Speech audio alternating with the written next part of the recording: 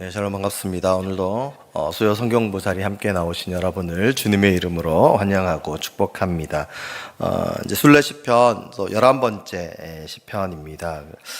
총 이제 15편의 순례 시편이 있는데 그 중에 11번째의 내용들, 그래서 자칫하면 이제 올해 15개를 다 해야 될 수도 모르겠다는 그런 생각이 잠시 들었는데, 아무튼 이 시편을 통해서, 또 순례 시편을 통해서 우리에게 주시는 하나님의 말씀, 또 하나님의 뜻을 헤아릴 수 있는 또 이 시간이 되기를 소망합니다. 사실 오늘 시편이 좀 어렵습니다. 많이 어렵고 또 내용들이 많습니다. 담겨져 있는 내용들이 많아서 말씀을 준비하면서 고민을 많이 했습니다. 좋으시는 분이 있을 것 같은데 라는 염려도 조금 들었고요. 그래서 어떻게 할까 고민을 하다가 그래도 여기 담겨져 있는 내용들 중에 어떤 걸 빼먹고 하는 거는 조금 이 시편을 통해서 우리에게 주시는 하나님의 말씀, 하나님의 뜻을 온전히 헤아린데 어려움이 있을 것 같아서 간단하게라도 이제 나누려고 이제 준비를 했고, 좀 이 신학적인 표현들과 내용들이 조금 있습니다. 그래서 들으시고 은혜가 되시면 감사한 거니까 좋은 거고요. 만약에 들어도 무슨 소리인지 잘 모르겠다라거나 어렵게 여겨지시면 그냥 한 번 듣고 마셔도 크게 상관은 없는, 그러니까 믿음 생활에는 지장이 없지 싶습니다. 하지만 알면 더 유익하고, 또 몰라도 모르면 또 하나님이 깨닫게 해주시겠죠. 근데 여기 있는 내용들이 또 학문적인 내용들도 좀 포함되어 있기 때문에, 또 오늘은 평소보다 이제 원어라든지 이런 것들 좀 더 간단하긴 하겠지만 말씀을 드려야 돼서 너무 부담 갖지 마시고 성경 공부 시간이라 생각하시고 들리면 들으시고 안 들리셔도 은혜로 받아주셨으면 좋겠다는 생각이 듭니다. 어렵습니다. 그래서 시작할 때부터 좀 걱정이 되는데, 아무튼 오늘 시편 130편의 말씀 함께 나눠보도록 하겠습니다. 이제 오늘 시편 130편의 순례자라고 표현을 하겠습니다. 보통 시편에서는 시인이라는 표현을 많이 쓰긴 하는데, 저희가 순례 시편이니까 계속 그렇게 했던 것처럼 순례자라는 표현을 쓰도록 하겠습니다. 오늘 시편 130편을 기록한 순례자는 이제 성전이 많이 다다른 것처럼 보여집니다. 여러 가지 상황과 정황들을 봤을 때 이제 순례 여정들이 어느 정도 지나서 이제 저 멀리 성전이 보이는, 그래서 이제 이 순례 여정을 끝을 향해 가고 있는 그런 상황 가운데에서 이제 하나님 앞에 나아가는 그런 모습으로 보여집니다. 시편 이 130편은 시편 중에서도 이제 딱 7편이 있는 회개 시편 중에 한 편입니다.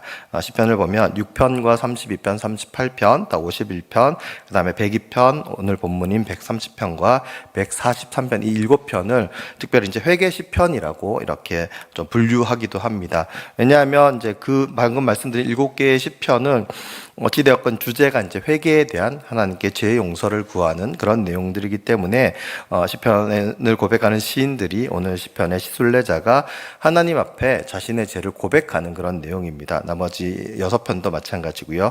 그래서 이제 많은 학자들이 이걸 이제 회개 시편으로 분류를 하는데, 초대 교부 중에 한 명인 오리게네스라는 사람도 이제 이 7개의 시편을 회개 시편으로 이제 분류를 해서 그러니까 이 오리게네스는 이제 이걸 이제 죄의 용서를 받는 방법으로 이해했다라고 그렇게 알려져 있습니다. 아무튼 이 시편 130편은 주제가 죄의 용서에 대한, 회개에 대한 내용들, 우리가 함께 읽어본 것처럼 여기는 내용들이 무슨 말인지 언뜻 읽어서는 이제 이게 용서를 구하는 건가 회개를 구하는 건가 느낌적으로는 알 수 있긴 한데, 이게 정확하게 무슨 의미인지 무슨 뜻인지 알기 좀 어려운 부분들이 있습니다. 그런데 원어로 보면 더 어렵다고 학자들은 이야기를 합니다. 아무튼 이 7개의 회개 시편 중에 한 편이 이 130편은 총 8절로 되어 있는데, 굳이 구분을 하자면 이제 2절씩 그 의미들을 헤아려 볼 수 있습니다. 그래서 이제 그 차근차근 그 의미들을 이제 함께 나눠보고자 합니다. 먼저 이 시편에서 말씀드린 것처럼 이제 이 시편에서 이제 회개가 주제인데, 우리가 지난주에 이제 시편 129편을 봤을 때는, 그리고 그 앞에 있는 10편의 순례 시편들을 봤을 때는 순례자는 이제 하나님을 향해서 이제 순례 여정을 걸어가면서 하나님을 생각하고 또 하나님을 만나고 하나님과 대화하는 과정 가운데에서 자신 안에 있는 여러 가지 상처들과 또 가시들과 아픔들을 고백하는 내용들을 볼 수 있습니다. 바로 지난주에 살펴보았던 시편 129편에서도 자신을 괴롭히는 대적들을 대적들을 하나님께 아뢰는 그런 내용들로 하나님 나의 대적들이 나를 이렇게 힘들게 합니다.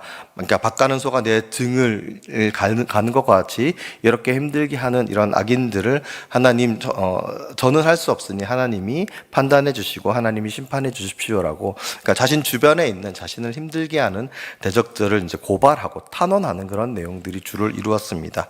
그런데 오늘 시편에서는 이 1절과 2절을 통해서 이 순례자가 이야기하는 것은 그 시선을 돌리는 것을 볼 수 있습니다. 한 걸음 더 하나님 앞으로 나아가서 하나님 자기 주변에 있는 어떤 대적들이 아니라 자기 자신을 돌아보는 그런 모습들, 그런 장면들을 보여주고 있습니다. 그래서 오늘 이 시편 우리가 함께 읽었던 1절과 2절을 살펴보면 표현이 이제 내가 깊은 곳에 있다라는 이런 표현을 씁니다. 이 표현을 통해서 시인의 어떤 시선이 바깥이 아니라 이제는 자기 자신의 안쪽 내면을 바라보고 있는 것을 볼 수가 있습니다. 이 깊은 곳이라는 표현은 단어적으로는 깊은 바다를 의미합니다. 그래서 생명이 있는 곳이랑 멀리 떨어져 있는 곳, 구약 성경에서 등장하는 표현 가운데 스올이라는 단어와 또 의미가 닿아 있는 그런 의미입니다. 그래서 하나님과 멀리 떨어져 있는 곳, 하나님과 가장 멀리 있는 곳,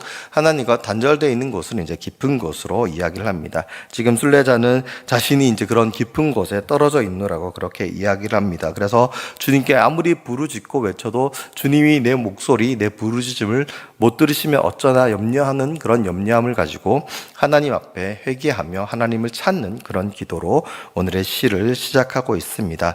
사실 이 깊은 곳, 스올이라고 하는 이 단어가 가지고 있는 어떤 이미지를 떠올려 보았을 때 구약 성경에서 떠오르는 여러 가지 인물들이 있겠지만 요나라는 인물이 우리는 떠올릴 수 있을 것입니다. 요나라고 하는 선지자는 성경 요나서를 보면 하나님이 이제 요나 선지자에게 명령을 하십니다. 그 당시 이스라엘의 적국인 수도로 가서 그들에게 회개를 선포하라라고 그렇게 이야기를 합니다. 수도인 니느웨로 가서 회개를 선포할 때 하나님이 뜻하시고 하나님이 바라시는 바들이 분명히 있어서 요나에게 명령은 하시지만 요나는 하나님의 그 명령이 너무나 듣기 싫어서 오히려 반대 방향으로 도망가 버립니다. 그 반대 방향으로 배를 타고 도망가던 과정 가운데에서 하나님은 이제 풍랑을 보내시고 요나는 이제 그 풍랑을 맞이해서 이제 죽을 위기에 처하게 됩니다.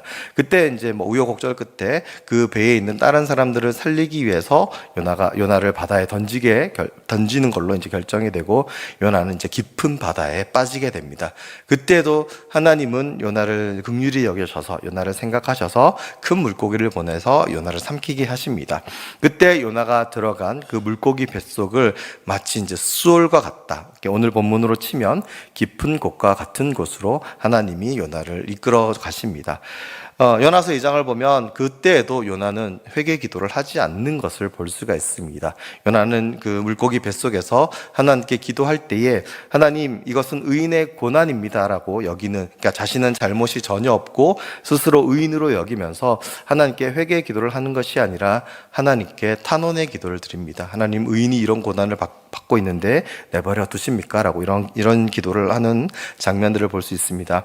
아무튼 요나가 마음을 돌이키고 하나님의 뜻에 울며 겨자 먹기로 이제 순종하기로 하고 이제 그 니느웨로 가서 거기에서 하나님의 뜻대로 이제 회개를 선포합니다. 물론 하나님이 기뻐하실 만큼 충분히 하지 않고 이제 간단하게 하는데 너무나 놀랍게도 많은 사람들이 하나님 그 말씀을 듣고 그 왕부터 모든 가축에 이르기까지 회개하는 일들이 일어나 버립니다. 그 광경에 그 모습에 요나가 하나님께 너무나 화가 나고 또 속상해하는 장면들. 그래서 결국 요나는 자기 뜻대로 되지 않았음을 놓고 하나님께 불평하는 것으로 요나서는 끝이 납니다. 그렇게 열림 결말로 끝이 나고 맙니다. 그래서 오늘 시편 130편의 순례자도 마치 요나와 같은 마음이 있었던 것으로 보여집니다. 이 앞에 있는 시편들을 보았을 때 자신의 대적들을 향해서 이야기를 합니다. 하나님, 나를 이렇게 괴롭히는 사람들이 있습니다. 나를 이렇게 힘들게 하는 사람들이 있습니다. 물론 이 순례자가 뭔가 큰 잘못을 해서 어려움을 겪었는지 아니면 믿음으로 의인이기 때문에 어려움을 겪었는지 알 수는 없지만 어찌되었건 이 순례자는 지난 10편의 시편 순례의 여정을 통해서 하나님께 고백하고 하나님께 탄원하고 하나님께 아뢰었던 것들은 하나님, 내가 이렇게 괴롭습니다. 하나님, 나를 괴롭히는 이들이 이렇게 많습니다. 나를 대적하고 나를 힘들게 하는 상황들이 이렇게 많습니다. 이 순례자의 시선은 오직 바깥을 향하고 있습니다. 하지만 오늘 본문에서는 그 시선이 하나님 앞에 한 걸음 더 나아갔을 때 그 시선이 바깥이 아닌 자신의 내면을 바라보게 되는 것을 우리는 확인할 수가 있습니다. 그래서 요나보다는 좀 나아진 모습으로 하나님께 기도합니다. 그 내용들이 이제 3절과 이제 4절에 있는 말씀을 통해서 우리는 확인할 수 있습니다. 순례자는 이제 자신의 죄악을 발견합니다. 내 안에 이런 죄악들이 있습니다. 내 안에 이런 하나님 보시기에 합당하지 못한 것들이 있습니다. 그래서 그 3절에 있는 표현대로 이야기를 하자면 여호와여 주께서 죄악을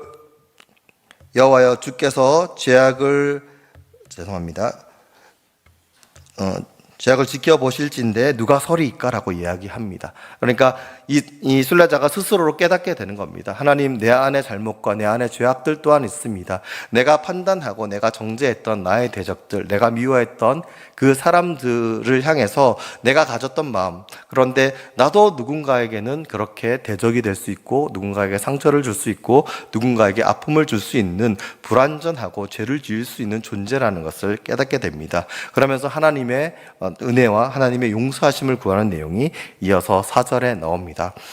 강단에서 하기 조금 좀 불편하긴 하지만 좀 이해를 돕기 위해서 요즘이라고 말하기도 좀 그렇긴 하지만 최근에 이제 많이 유행하는 말 중에 줄임말 중에 이제 내로남불이라는 말이 있습니다. 들어보신 분도 계시겠지만 풀자면 내가 하면 로맨스고 남이 하면 불륜이라고 얘기하는 걸 줄여서 이제 그렇게 이야기를 합니다. 그래서 그런 류의 드라마나 영화들도 많이 나오고, 그래서 이중잣대를 가지고 똑같은 행위, 똑같은 모습임에도 불구하고 내가 한 것은 미워하고 남이 한 것은 잘못했다고 정죄하고 판단하는 모습들을 빗대어서 요즘 흔히들 줄임말로 사용하는 말 중에 하나입니다. 아마도 오늘 이 순례자는 어느 정도는 그런 모습이 있었던 것 같습니다. 내가 고난을 겪고 있고 내가 어려움을 겪고 있고 많은 대적들이 나를 힘들게 하니까 나는 정의롭고 나는 항상 옳지만 저 사람들이 잘못되어서 저 사람들이 죄인이기 때문에, 악하기 때문에 나를 괴롭힌다라고만 생각을 했던 것 같습니다. 물론 그런 부분도 있을 수 있었겠지만 철저하게 하나님 외에 그 어떤 사람이 철저하게 완전할 수 있고 완전히 의롭고 정의롭고 선할 수 있겠습니까? 결코 그럴 수 없음을 이 순례자는 깨닫게 됩니다. 그러면서 자기 안에 있는 죄악들, 또 자신이 남을 판단했던 그 기준으로 자기를 돌아봤을 때에 자기가 누군가에게는 상처를 줄 수 있고 누군가에는 대적과 같은 존재가 될 수 있음을 깨닫게 됩니다. 이것은 하나님과의 관계를 통해서, 하나님과의 임재를 통해서 깨닫게 되는, 은혜로서 깨닫게 되는 놀라운 하나님의 깨닫게 하심이고 또 하나님을 알아가게 하심입니다. 그래서 이 순례자는 자신의 죄를 깨닫고 하나님의 사하심, 하나님의 용서하심을 구합니다. 4절에 나오는 이제 사유하심이란 표현들이나 뒤에 나오는 사하심이라는 표현들을 통해서 우리가 알 수 있는 것은 이 단어가 이제 실제로 가지고 있는 원어적인 의미들은 이걸 씻기다, 물을 뿌리다, 이런 의미를 가지고 있습니다.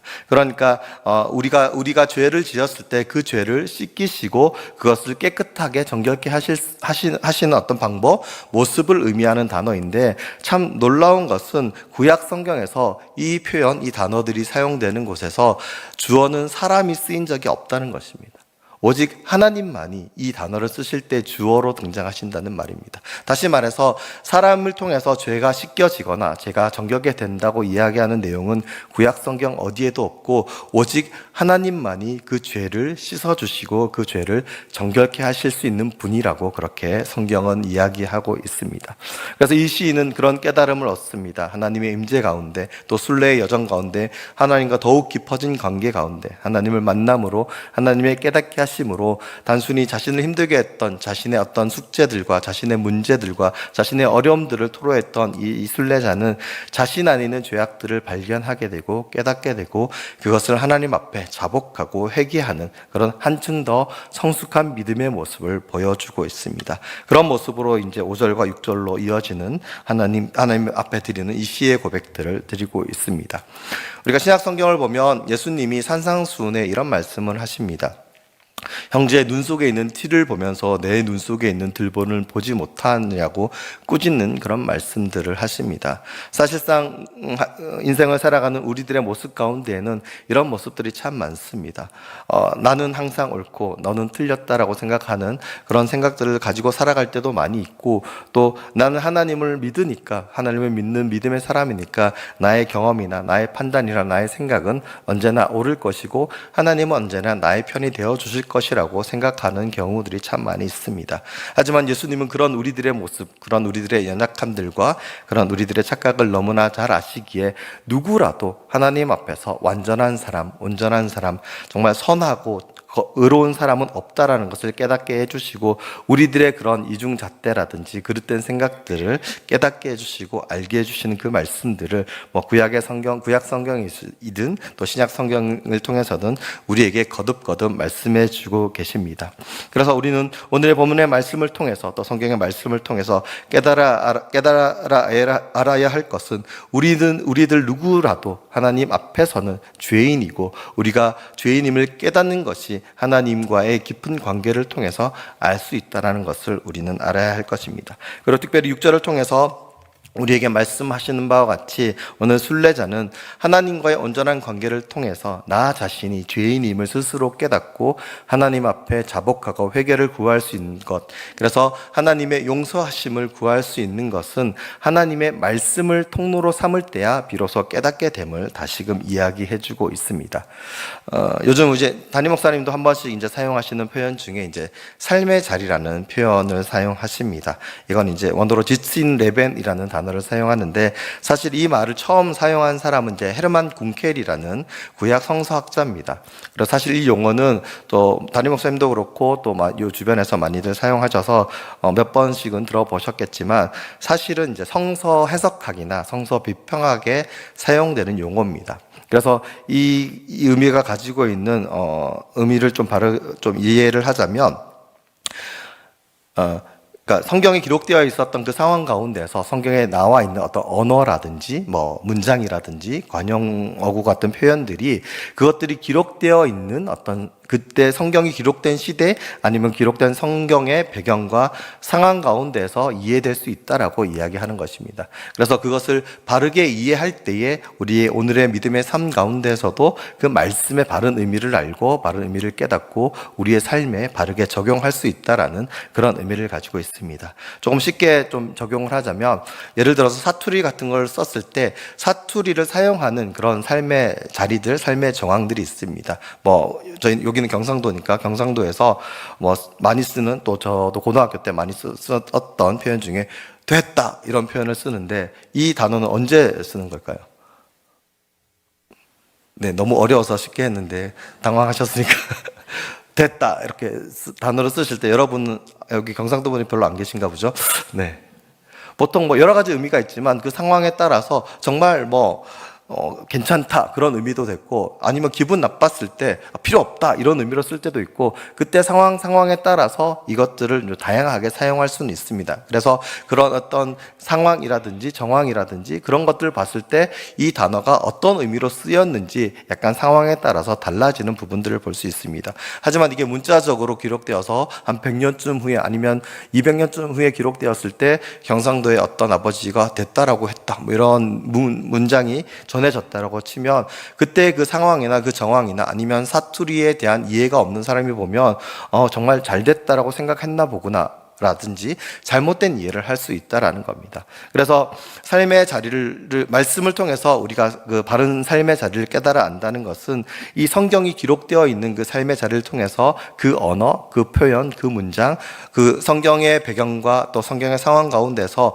어떻게 사용되고 어떻게 기록되어 있는지 바르게 이해할 때, 그래서 일종의 이건 양식 또는 이제 영어로 하면 폼이나 타입 같은 걸로 이해할 수 있습니다. 그래서 성경이 기록된 그때의 상황에 맞는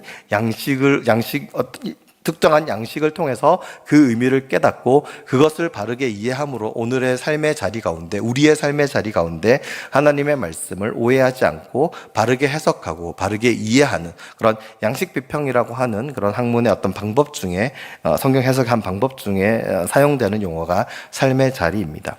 그래서 우리가 오늘 6절에서도 말하고 이 순례자가 이야기하는 바와 같이 우리는 말씀을 통해서 하나님과의 온전한 관계를 이루어가야 한다라고 성경은 분명히 우리에게 이야기해주고 있습니다. 성경을 단순히 문자적으로 이해한다거나 어떤 자기가 알고 있는 대로만 이해하고 해석한다고 해서 그 성경을 바르게 알고 성경을 통해서 하나님의 뜻을 바르게 아는 것이 아니라 하나님이 이 말씀을 통해서 이 성경을 통해서 우리에게 말씀하시는 바가 무엇인지 바르게 알기 위하여 우리가 성경을 읽고 또 묵상하고 때로는 배우기도 하고 또 말씀을 들음으로써 깨달아 알 필요가 있다라고 하는 것입니다. 그래서 우리가 말씀을 통해서 하나님과의 온전한 관계, 바른 관계를 세워나갈 때에 오늘 순례자의 믿음의 고백, 또 하나님 앞에 스스로의 죄를 고백하는 것과 같이 단순히 남 탓을 하고 나의 대적들에게만 시선이 향했던 그런 요나와 같은 어떤 상태에서 한 걸음 더 나아가 하나님과 더 깊은 관계를 통해서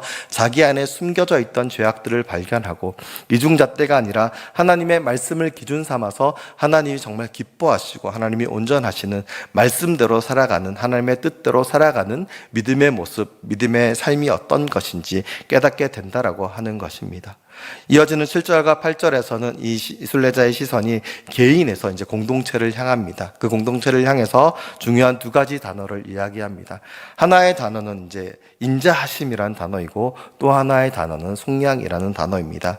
첫 번째 인자하심의 히브리어 원어는 헤세드라는 단어입니다. 이 단어는 많이 들어보셨겠지만 이 단어는 여러 가지 뜻으로 또 번역으로 우리말 성경에 번역되어 있습니다.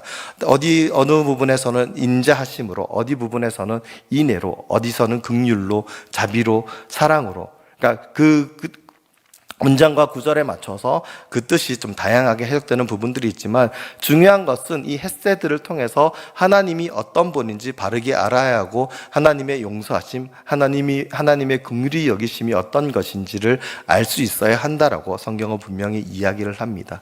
하나님의 말씀을 통해서 스스로의 죄악을 깨닫고 또 하나님 앞에서 또 하나님 보시기에 하나님과의 관계를 통해서 스스로의 잘못들을 깨닫고 하나님 앞에 그것들을 자복하고 회개하고 용서할 수 있는 그런 믿음, 하나님 앞에서 나는 완전할 수 없고 부족하고 불완전하고 의롭지 못하기 때문에 하나님의 용서하심이 없으면, 하나님의 깨닫게 하심이 없으면 하나님의 뜻대로 살아갈 수 없음을, 그래서 더욱더 하나님의 말씀을 기준 삼아 그 말씀을 통해 하나님의 뜻을 깨닫고 그 말씀대로 살아가기를 바라며 또 애쓰고 노력해야 되는 그 모습, 그런 하나님과의 온전한 관계를 이 헤세드라는 단어를 통해서 이야기하고 있는 것입니다. 그래서 우리 각 사람도 그러하야겠지만 우리의 믿음의 공동체도 주님의 그 인자하심을 깨달아 알을 통해서 우리가 어떤 믿음의 공동체로 변화해 나가야 할지, 어떤 믿음의 공동체가 되어가야 할지를 깨달아 가야 함을 또 이야기하고 있습니다. 마지막으로 속량이라는 단어입니다. 이 속량이라는 단어는 페두시라는 단어인데 이 단어는 구약 성경에 3번밖에 나오지 않습니다. 그래서 정확한 의미를 해석하기가 힘들지만 이 단어의 동사가 되는 그 동사를 보면 파다라는 동사를 사용하는데 이 동사가 사용되는 그 의미들은 우리가 너무나 잘 알고 있는 단어입니다. 보상을 하다, 또 값을 치르다, 또 약간 확장된 의미에서 자유와 해방을 준다는 의미를 가지고 있습니다. 이 속량이라는 의미는 신약 성경에서 우리가 너무나 잘 아는 바와 같이 예수 그리스도의 그 십자가로부터 그 클라이막스를 볼 수 있는, 정말 하나님이 우리를 사랑하셔서 하나님의 그 헤세드로, 하나님의 인자하심과 사랑하심으로 말미암아 우리가 누리길 원하는 그 풍성한 속량을 독생자 예수 그리스도를 통해서 이루셨음을 이 구약 시편을 통해서도 우리는 다시금 확인하고 깨달을 수 있습니다. 사랑하는 성도 여러분, 하나님이 우리를 향한 이 사랑하심은 참으로 놀랍고 위대한 것입니다. 이 속량은 우리가 미처 치를 수 없는 엄청난 값어치를 예수 그리스도가 우리를 향한 하나님의 사랑이 대신 치루었음을 우리에게 이야기해 주고 있습니다. 그리고 이 모든 것들의 시작은 우리 스스로가 하나님 앞에서 죄인임을 깨닫고 우리 안에 숨겨져 있는 죄악들, 우리 안에 온전치 못한 것들, 하나님 앞에서 불완전하고 하나님 앞에서 연약하고 하나님 앞에서 무지한 우리의 있는 모습 그대로 하나님 앞에 드러내 놓을 때, 그래서 하나님 앞에 우리의 있는 모습 그대로 우리의 잘못들을 자복하고 용서를 구할 때 하나님의 용서하심은 우리를 향하게 될 것이고, 그 용서하심으로 말미암아서 우리가 주님의 헷세들을 누리게 될 것이고 주님의 속량을 잊게 된다고 오늘 본문은 우리에게 분명하게 말씀하고 있습니다. 구약 성경이든 신약 성경이든 하나님이 우리에게 주신 그 말씀 면면이 숨겨져 있는 우리를 향한 하나님의 신실하시고 변함없으신 사랑을 발견하는 저와 여러분이 되시기를 간절히 소망합니다. 오늘 주신 이 말씀을 통해서 우리가 어떻게 하나님과 온전한 관계를 맺어가고 하나님이 어떤 분인지 깨닫고 그 하나님 앞에서 내가 어떤 존재임을 깨달아가는 우리들이 되기를 다짐하고 또 결심하고 기도하는 저와 여러분이 되시기를 간절히 소망합니다. 그런 우리들이 함께 믿음의 공동체를 이루어 나갈 때 하나님은 분명 우리 공동체에게 하나님의 한없는 햇새들을 부어주실 것이고, 또 하나님의 속량하심으로 말미암아 풍성한 하늘의 은혜를 누리는, 그래서 그 값에 합당한 주의 복음을 증거하기에 합당한 복음의 공동체로 세워 나가실 것입니다. 우리를 향한 하나님의 기대하심과 하나님의 꿈꾸심들을 우리가 기억하며 우리에게 허락하시고 또 우리에게 명하시는 순례의 여정을 걸어가는 그 걸음걸음마다 주님의 말씀을 통해서 주님이 어떤 분인지 만나는, 또 그것을 통해서 하나님의 뜻을 깨달아 알고 그 뜻대로 삶을 살아가는 저와 여러분이 되실 때에 하나님은 우리 각 사람의 순례의 여정 가운데 또 우리의 믿음의 공동체 가운데 한없는 하늘의 축복을 부어주실 것이고, 그로 말미암아 하나님의 나라를 이루어가는데 우리를 부르시고 우리와 함께 동력하실 것입니다. 이와 같은 은혜가 저와 여러분에게 있기를 간절히 소망합니다. 기도하시겠습니다. 사랑과 은혜가 많으신 하나님 감사드립니다. 하나님께서 오늘 주신 말씀 참으로 감사를 드립니다. 우리가 이 말씀을 통해서 이 말씀에 담겨져 있고 숨겨져 있는 그 의미들을 깨달아 할 수 있는 성령의 조명하심을 허락하여 주셨고, 또 오늘 순례자가 고백한 믿음의 고백과 같은 그런 고백이 우리에게도 있게 하여 주시옵소서.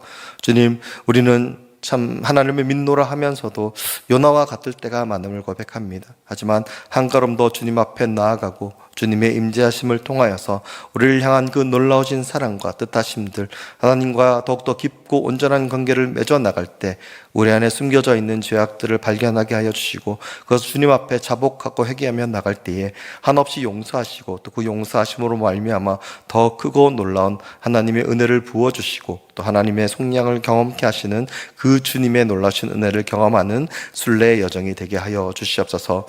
오늘도 주신 말씀을 마음에 품고 우리의 삶이 주님 보시기에 합당한 믿음의 삶, 복음에 합당한 믿음의 삶으로 변화되어 갈 수 있도록 주께서 역사하여 주시었고, 그런 우리의 변화를 통하여서 더욱더 하나님께 영광이 되게 하여 주시었고, 또 하나님의 나라를 세워나가는데 귀하게 쓰임받는 믿음의 사람들, 믿음의 교회 공동체가 되게 하여 주시옵소서. 모든 것에 감사드립니다. 우리 주 예수 그리스도의 이름으로 기도드리옵나이다. 아멘.